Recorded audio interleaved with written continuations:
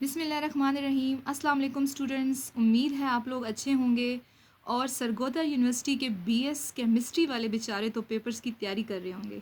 उफ, चलें हम आपके इस दुख में बराबर के शरीक हैं। तो आज हम बीएस केमिस्ट्री के course basic mathematics for chemistry का पास्ट पेपर सॉल्व करेंगे 2018 का। लास्ट वीडियो में मैंने आपको इसका ऑब्जेक्टिव पोर्शन कराया था, शॉर्ट क्वेश्चंस वाला, और आज हम इसका सब्जेक्टिव पोर्शन करेंगे। So let's start. ओके जी, क्वेश्चन नंबर 2 में आपको एक इंटेग्रल दिया गया है जिसको आपने एवेल्यूएट करना है। एक सिंपल सा इंटेग्रल है, a-2x का स्क्वायर, ये डिनोमिनेटर में है। और हम करेंगे क्या कि हम इसको न्यूमरेटर में शिफ्ट कर देंगे। जब आप इसको न्यूमरेटर में शिफ्ट करेंगे तो जो 2 है वो -2 हो जाएगा। ठीक है। अब इंटीग्रेशन में एक रूल होता है कि अगर बेस का डेरिवेटिव आगे प्रोडक्ट में मौजूद हो तो आप पावर रूल लगा सकते हैं। तो यहाँ पर देखें जी, a-2x का डेरिवेटिव होता है -2, क्योंकि a तो कांस्टेंट है ना, a कांस्टेंट होगा, लिहाजा इसका डेरिवेटिव 0 हो जाता है। और -2x का डेरिवेटिव आ जाएगा -2। तो -2 हम क्या करेंगे, मल्टीप्लाई भी कर देंगे और डिवाइड भी कर देंगे, राइट। तो अब क्योंकि बेस का डेरिवेटिव आगे प्रोडक्ट में मौजूद है, लिहाजा हम इस पे पावर रूल लगा सकते हैं। तो पावर रूल में क्या होता है कि पावर में आप 1 ऐड कर देंगे और उसी के साथ डिनोमिनेटर में डिवाइड कर देंगे, राइट। तो इस तरह यहाँ बन जाएगा -1 और यहाँ डिनोमिनेटर में भी आ जाएगा -1। नेक्स्ट स्टेप में ये माइनस इस माइनस के साथ मल्टीप्लाई होकर प्लस हो जाएगा, जबकि इसको हम डिनोमिनेटर में शिफ्ट करेंगे तो ये जो -1 पावर है ये +1 में कन्वर्ट हो जाएगी। और आप यहाँ पर 1 पावर लिखें ना लिखें एक ही बात है, and plus constant of integration. जैसे ही आप इंटीग्रेट करते जाएंगे ना तो कांस्टेंट ऑफ इंटीग्रेशन जो है वो आ जाएगा। ओके जी, इसका जो बी पार्ट है वो भी एक इंटेग्रल है, और इसमें जो हम रूल यूज़ करेंगे वो ये वाला रूल है कि अगर डिनोमिनेटर का डेरिवेटिव न्यूमरेटर में एग्जैक्टली मौजूद हो या बनाया जा सकता हो तो फिर इंटीग्रेशन का आंसर आता है नेचुरल लॉग ऑफ डिनोमिनेटर। तो अभी अगर आप क्वेश्चन में देखें तो क्वेश्चन के अकॉर्डिंग a-2x ये डिनोमिनेटर है और इसका डेरिवेटिव बनता है -2, जो कि न्यूमरेटर में मौजूद नहीं है बट बनाया जा सकता है। तो हम -2 से मल्टीप्लाई भी कर देंगे और डिवाइड भी कर देंगे। अब आप देख सकते हैं कि डिनोमिनेटर का डेरिवेटिव न्यूमरेटर में मौजूद है, लिहाजा इंटीग्रेशन का आंसर आ जाएगा नेचुरल लॉग ऑफ डिनोमिनेटर, जबकि ये जो -1/2 है ये एज इट इज आ जाएगा और ये एंड पे प्लस कांस्टेंट ऑफ इंटीग्रेशन। उसके बाद जो नेक्स्ट इंटेग्रल है इसमें डिनोमिनेटर में 2 लीनियर फैक्टर्स हैं। लीनियर फैक्टर्स वो फैक्टर्स होते हैं जिनमें x की या वेरिएबल जो भी इन्वॉल्व है उसकी हाईएस्ट पावर 1 होती है। तो यहाँ पर वेरिएबल x है, ठीक है। तो यहाँ पर भी x की पावर 1 है, यहाँ भी x की हाईएस्ट पावर 1 है, लिहाजा ये दोनों लीनियर फैक्टर्स हैं और ये प्रोडक्ट की फॉर्म में है। तो सबसे पहले तो हम इनकी सेपरेशन करेंगे और सेपरेशन करने के लिए हम इनकी पार्शियल फ्रैक्शन करेंगे। तो पार्शियल फ्रैक्शन के लिए हम इसको कंसीडर करते हैं 1/a-x इंटू b-x। इसको हम इस तरह लिख सकते हैं a divided by a-x plus b divided by b-x। यानी कि जिस तरह आप पार्शियल फ्रैक्शन के लिए करते हैं कि एक लीनियर फैक्टर के ऊपर एक कांस्टेंट आ जाता है और इसी तरह जो दूसरा लीनियर फैक्टर है उसके ऊपर दूसरा कांस्टेंट आ जाता है, और इसको हमने नाम दे दिया इक्वेशन नंबर 1 का। ओके जी, नेक्स्ट स्टेप पे जाने के लिए आप इस डिनोमिनेटर के साथ दोनों साइड पे इक्वल के दोनों साइड पे मल्टीप्लाई करवा दें। जब यहाँ मल्टीप्लाई करवाएंगे तो ये पूरा की पूरा डिनोमिनेटर कैंसिल हो जाएगा और हमारे पास सिर्फ 1 आ जाएगा। जब यहाँ पर मल्टीप्लाई करवाएंगे तो a-x कैंसिल होगा, जबकि b के साथ आ जाएगा a के साथ आ जाएगा b-x। इसी तरह जब आप इधर मल्टीप्लाई करवाएंगे इस डिनोमिनेटर को तो b-x कैंसिल हो जाएगा और b के साथ आ जाएगा a-x।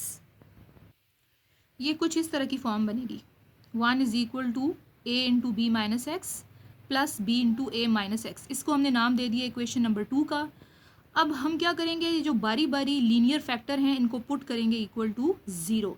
तो पहला आ गया a-x इक्वल टू 0, और इस चीज़ से कोई फ़र्क नहीं पड़ता कि आप पहले a-x को 0 के इक्वल पुट कर रहे हैं या फिर b-x को, इट डजेंट मैटर। तो हमने अभी पुट किया है a-x को इक्वल टू 0, तो यहाँ से a की वैल्यू आ गई है, x की वैल्यू आ गई है a। इस x की वैल्यू को हम इक्वेशन नंबर 2 में, इस इक्वेशन में पुट करेंगे, यानी जहाँ जहाँ x है वहाँ आप क्या पुट कर दें, a पुट कर दें। तो यहाँ हमने पुट कर दिया b माइनस a और ये बन गया a माइनस a। तो a माइनस a ये तो ज़ीरो हो जाएगा और ज़ीरो b के साथ मल्टीप्लाई होकर इसको भी ज़ीरो कर देगा। तो क्या बच गया, सिर्फ ये टर्म बच गई है और यहाँ से 1 बच गया। और हमें a की वैल्यू निकालनी है, लिहाजा a की वैल्यू निकालने के लिए ये जो b माइनस a है यहाँ पर a के साथ ये मल्टीप्लाई हो रहा है, तो उधर जाके 1 के नीचे ये डिवाइड हो जाएगा। तो इस तरह a की वैल्यू आ गई 1/b माइनस a। उसके बाद अब दूसरे लीनियर फैक्टर की बारी है। b माइनस एक्स को पुट करते हैं इक्वल टू 0, तो यहाँ से x की वैल्यू आ गई है b। इसको भी हम इसी इक्वेशन नंबर 2 में पुट करेंगे।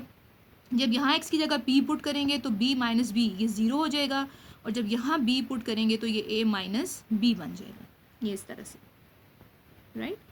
तो b माइनस बी अगेन ये 0 हो जाएगा, लिहाजा ये टर्म वैनिश कर जाएगी and we are left with b into a minus B. हमें b की वैल्यू निकालनी है, लिहाजा ये जो a माइनस बी है ये क्रॉस मल्टीप्लिकेशन से 1 के नीचे जाके डिवाइड हो जाएगा, तो b की वैल्यू आ जाएगी 1/a माइनस बी। अब ये जो हमने कॉन्स्टेंट्स कैलकुलेट कर लिए हैं, a भी कैलकुलेट कर लिया है, b भी कैलकुलेट कर लिया है, इसको हम इक्वेशन नंबर 1 में पुट कर लेंगे। इक्वेशन नंबर 1 में आपको दिखा देती हूँ, ये वाली इक्वेशन नंबर 1 है। इसमें हम a और b की जगह इनकी वैल्यूज़ पुट कर देते हैं। तो इक्वेशन नंबर 1 में वैल्यूज़ पुट करने के बाद हमारे पास ये फॉर्म बन चुकी है।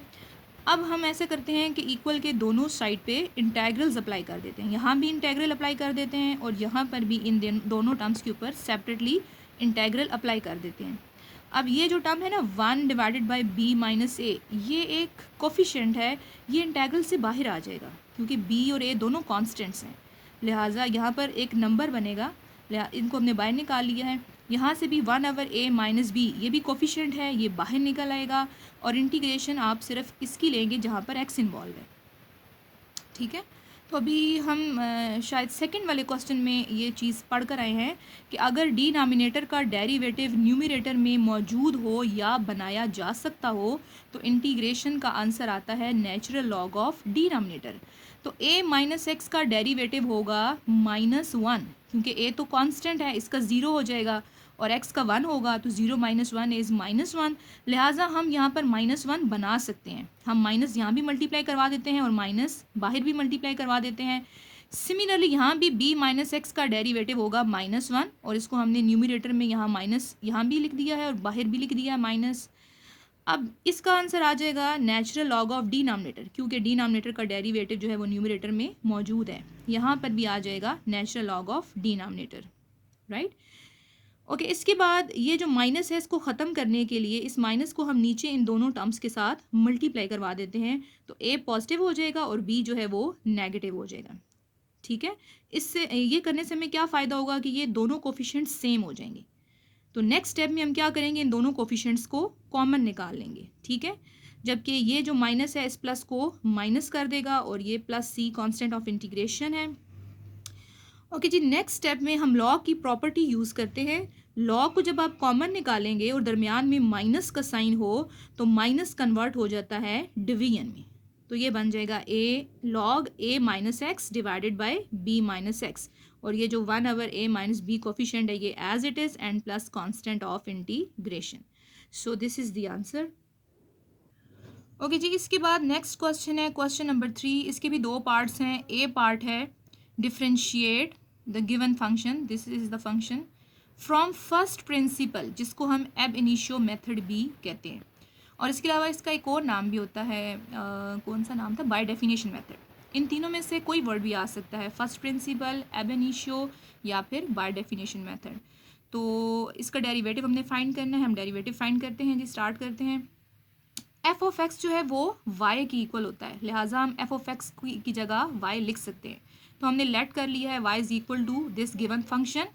अब जो एब इनिशियो मेथड है, ये जिसको हम बाय डेफिनेशन मेथड भी कहते हैं, उसमें क्या होता है कि वाई को हम रिप्लेस करते हैं वाई प्लस डेल्टा वाई के साथ, और हर एक्स को रिप्लेस करते हैं एक्स प्लस डेल्टा एक्स के साथ, ठीक है। इस एक्स को भी रिप्लेस कर दिया है, ये स्क्वायर एज इट इज आएगा। सिमिलरली इस एक्स को भी रिप्लेस कर दिया एक्स प्लस डेल्टा एक्स के साथ, जबकि यहाँ तो कोई एक्स नहीं है, लिहाजा ये 35 एज इट इज आ जाएगा। नेक्स्ट स्टेप में हम सिंप्लीफिकेशन करते हैं। इसका स्क्वायर ओपन कर देते हैं, ये आ जाएगा a का square plus 2ab plus b का square, and similarly -16x plus delta x as it is आ जाएगा प्लस 35, और ये जो y है वो उधर जाके क्या हो जाएगा, -y हो जाएगा। नेक्स्ट स्टेप में इस 2 को अंदर मल्टीप्लाई करवा देते हैं इन तीनों टर्म्स के साथ, ये 2x स्क्वायर, ये 4x delta X plus 2 delta x का स्क्वायर, यहाँ -16 को अंदर इन दोनों से मल्टीप्लाई करवा देते हैं, इनके साइंस भी चेंज हो जाएंगे, 35 एज इट इज़, और y की जगह हम y की वैल्यू ये पुट कर लेते हैं, 2x स्क्वायर -16x प्लस 35, क्योंकि यहाँ पर माइनस का साइन है तो इन सब के साइंस को चेंज कर देगा। तो यहाँ कैंसिलेशन हो रही है जी, 2x स्क्वायर की इस -2x स्क्वायर के साथ, -16x की प्लस 16x के साथ, एंड प्लस 35 की -35 के साथ। So we are left with only these 3 terms, 4x delta X plus 2 into delta X whole square -16 delta X. इनमें से डेल्टा एक्स को कॉमन निकालें, कॉमन तो और भी निकल सकता है, 2 भी कॉमन निकल सकता है, लेकिन हमारा जो मकसद है वो सिर्फ डेल्टा एक्स के साथ है, और वो आपको अगले स्टेप पे जाके पता चल जाएगा कि हमने सिर्फ डेल्टा एक्स कॉमन क्यों निकाला है। ओके, डेल्टा एक्स हमने कॉमन निकाली है।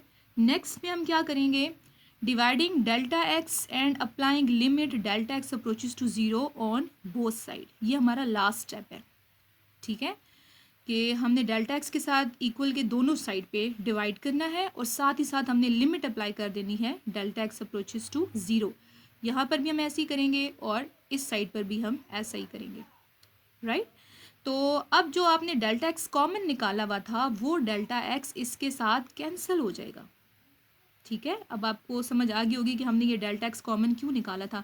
अगर यहाँ पर डेल्टा एक्स मौजूद ना होता और आप यहाँ पर डेल्टा एक्स के साथ डिवाइड करते और लिमिट अप्लाई करवाते डेल्टा एक्स अप्रोचेस टू 0, तो आफ्टर पुटिंग द लिमिट जब 0 डिनोमिनेटर में आ जाए तो आपका आंसर अनडिफाइंड हो जाता है, इन्फिनिटी बन जाता है। तो यहाँ से 0 को ख़त्म करने के लिए यहाँ पर डेल्टा एक्स का होना ज़रूरी है, ताकि जब हम डेल्टा एक्स के साथ डिवाइड कराएं तो वो डेल्टा एक्स इस डेल्टा एक्स के साथ कैंसल आउट हो जाए, राइट।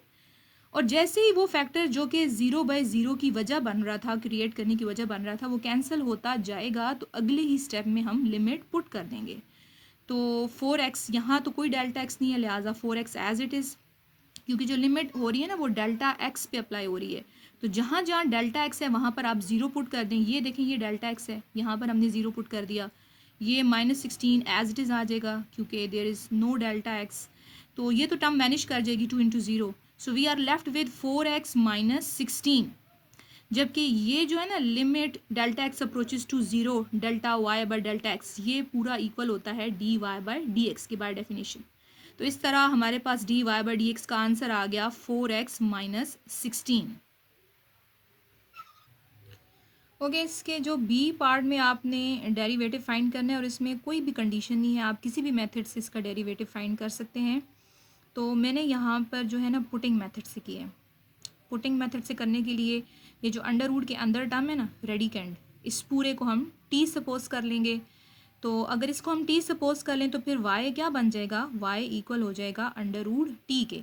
इनको नाम दे देते हैं, इसको इक्वेशन नंबर 1 का और इसको इक्वेशन नंबर 2 का, और बारी बारी हम इन दोनों को डिफ्रेंशिएट कर लेते हैं।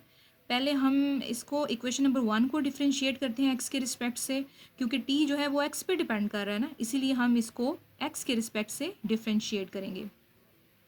तो ये आ जाएगा dt/dx, और यहाँ लगेगा क्वोशिएंट रूल, क्योंकि ये देखें फ्रैक्शन की फॉर्म में है, लिहाजा इस पे क्वोशिएंट रूल लगेगा। और क्वोशिएंट रूल क्या कहता है, डिनोमिनेटर का square, denominator as it is, numerator का derivative minus numerator as it is and denominator का डेरिवेटिव, राइट। तो नेक्स्ट स्टेप में आप क्या करेंगे, इनके डेरिवेटिव्स लिखेंगे। 1 का डेरिवेटिव तो 0 हो जाएगा और x का डेरिवेटिव 1 होता है, तो 0 - 1 इसका आंसर आ जाएगा -1। और इसी तरह 1 का डेरिवेटिव 0 हो जाएगा, x का डेरिवेटिव 1, तो 0 + 1 आपके पास आ जाएगा 1। ये इस तरह ये आंसर इसके आ गए हैं। अब -1 को हम मल्टीप्लाई करवा देते हैं, ये -1 - x, यहाँ पर भी 1 को मल्टीप्लाई करवा देते हैं, तो ये +x - x आपस में कैंसिल हो जाएगा, तो -1 - 1 ये बन जाएगा -2 डिवाइडेड बाय 1 + x का स्क्वायर। ये आंसर आ गया किसका, dt/dx का। उसके बाद हम क्या करेंगे, जो इक्वेशन नंबर 2 है उसको t के रिस्पेक्ट से डिफ्रेंशिएट करेंगे, क्योंकि ये आप देख सकते हैं कि जो हमारी इक्वेशन नंबर 2 है ये किस पे डिपेंड करती है, ये टी पे डिपेंड कर रही है, इसीलिए हम y को टी के रिस्पेक्ट से डिफ्रेंशिएट करेंगे। तो अंडर रूट टी को हम एक्सपोनेंशियल फॉर्म में लिख लेते हैं, टी की पावर 1/2। तो सिंपल इस पे पावर रूल लगेगा और पावर पीछे आके मल्टीप्लाई हो जाएगी और पावर में से आप 1 माइनस कर देंगे। तो 1/2 में से 1 माइनस करें तो आपके पास क्या आ जाता है, -1/2। इसको अगर हम डिनोमिनेटर में शिफ्ट करें तो ये पॉजिटिव 1/2 हो जाएगा, जिसको दोबारा से हम अंडर रूट लिख सकते हैं।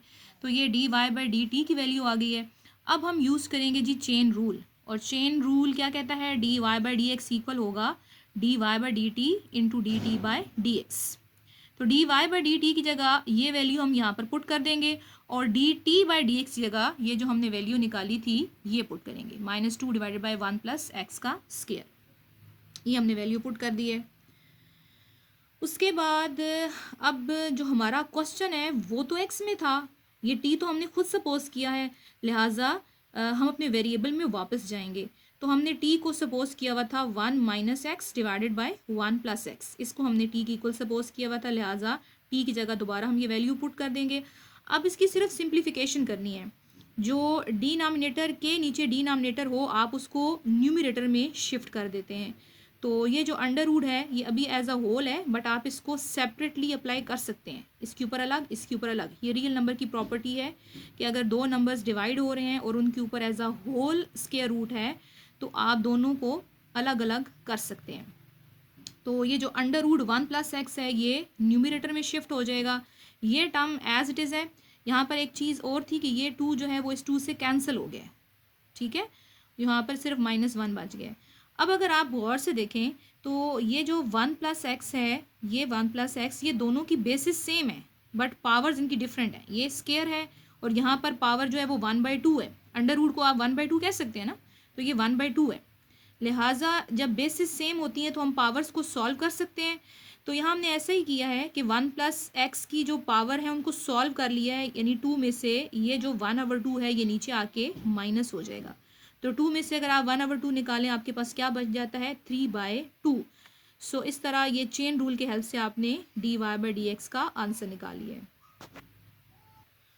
ओके जी, उसके बाद क्वेश्चन नंबर 4 का जो ए पार्ट है वो सिस्टम ऑफ लीनियर इक्वेशंस हैं और हमने उसको मैट्रिक्स मेथड से सॉल्व करना है। इस तरह का क्वेश्चन हम 2019 के पेपर में ऑलरेडी कर चुके हैं, तो इसीलिए ये मैं आपको थोड़ा सा जल्दी से बताऊंगी इसका।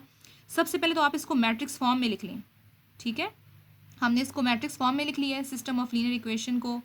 अगर आपको ये चीज़ ज़्यादा डिटेल में करनी हो ये क्वेश्चन तो आप 2019 का पेपर देख सकते हैं।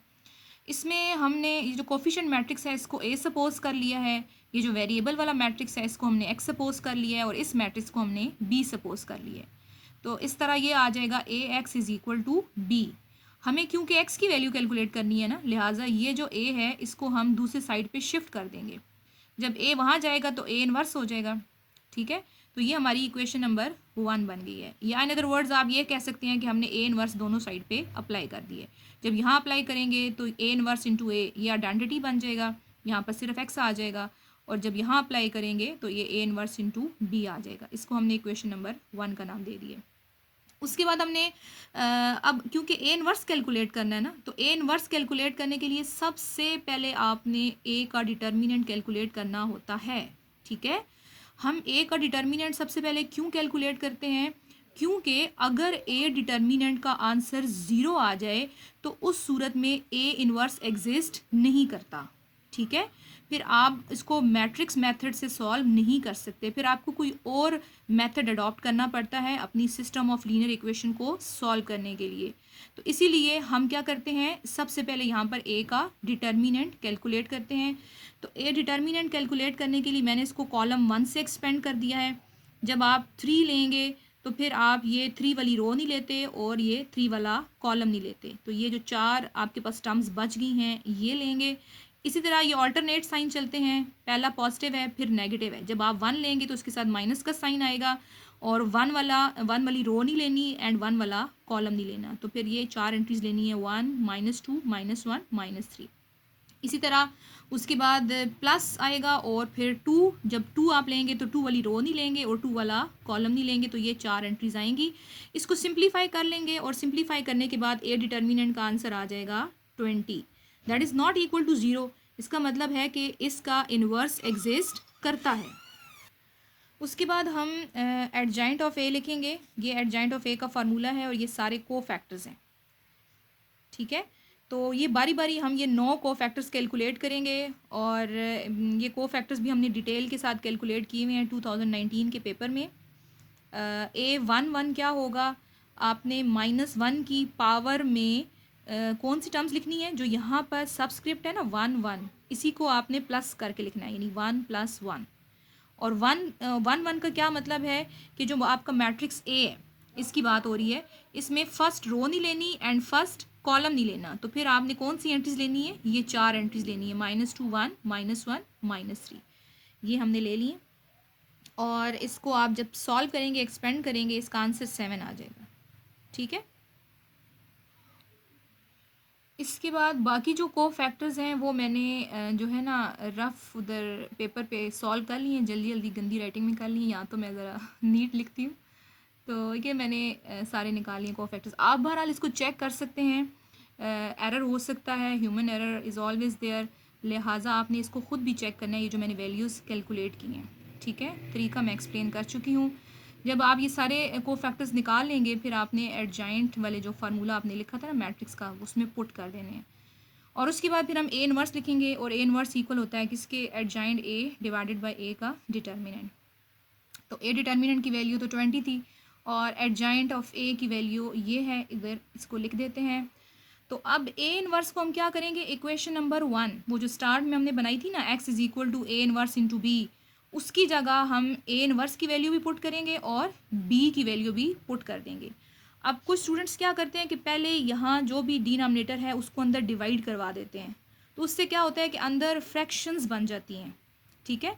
फिर जब आप उनकी मल्टीप्लिकेशन करवाते हैं इसके साथ, तो वो उसमें फिर बाज़ दफ़ा आंसर ठीक नहीं भी आता, कॉम्प्लिकेटेड फॉर्म्स बन जाती हैं। लिहाजा मैं आपको यही सजेस्ट करूँगी कि आप पहले इन दोनों को मल्टीप्लाई करवा लें, जब आंसर आ जाएगा फिर आप 20 के साथ डिवाइड करवाएं। तो मल्टीप्लिकेशन की है हमने, सिंपल तरीका है मल्टीप्लिकेशन करने का। उसके बाद मल्टीप्लिकेशन करने से ये आपके पास आंसर आ गए हैं। अब हम क्या करते हैं, 20 को डिवाइड करवा देते हैं इन तीनों टर्म्स के साथ बारी बारी। ये देखें इस तरह, तो ये कैंसिलेशन हो के ये 1 आ गया, ये कैंसिल होके -1 आ गया, और इसकी सिंप्लीफिकेशन करें 2 के टेबल के साथ, इसको थोड़ा सिंप्लीफाई कर लें तो ये 3/10 बन जाएगा। तो इसका क्या मतलब हुआ कि x की वैल्यू 1 है, y की वैल्यू -1 है और z की वैल्यू 3/10 है, ठीक है। अब वीडियो थोड़ी सी लंबी हो गई है, तो इसके जो क्वेश्चंस रह गए हैं वो मैं नेक्स्ट वीडियो में शेयर करूँगी, एंड डोंट वरी इसी के साथ शेयर करूँगी।